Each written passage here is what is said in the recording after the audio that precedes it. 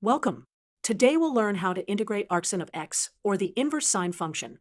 Our goal is to find the integral of arcsin of x with respect to x. This is a challenging integral that requires integration by parts. Remember, the formula for integration by parts is the integral of u dv equals u times v minus the integral of v du. For this integral, let's choose u equals arcsin of x and dv equals dx. Then, du equals 1 over square root of 1 minus x squared dx and v equals x. Now, let's substitute these into our integration by parts formula.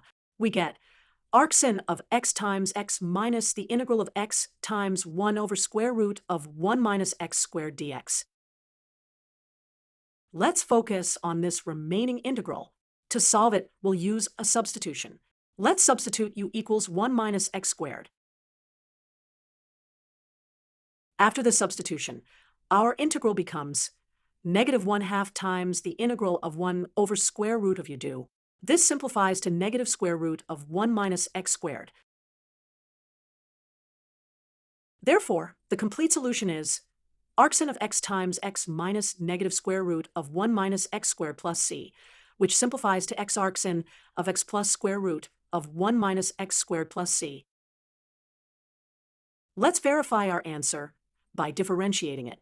When we differentiate x arcsin of x, we get arcsin of x plus x times 1 over square root of 1 minus x squared.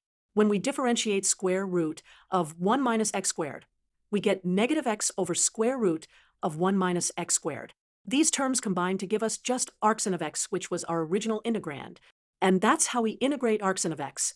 The key steps were using integration by parts with u equals arcsin of x, simplifying the remaining integral with a u substitution, and combining terms to get our final answer. Thank you for watching.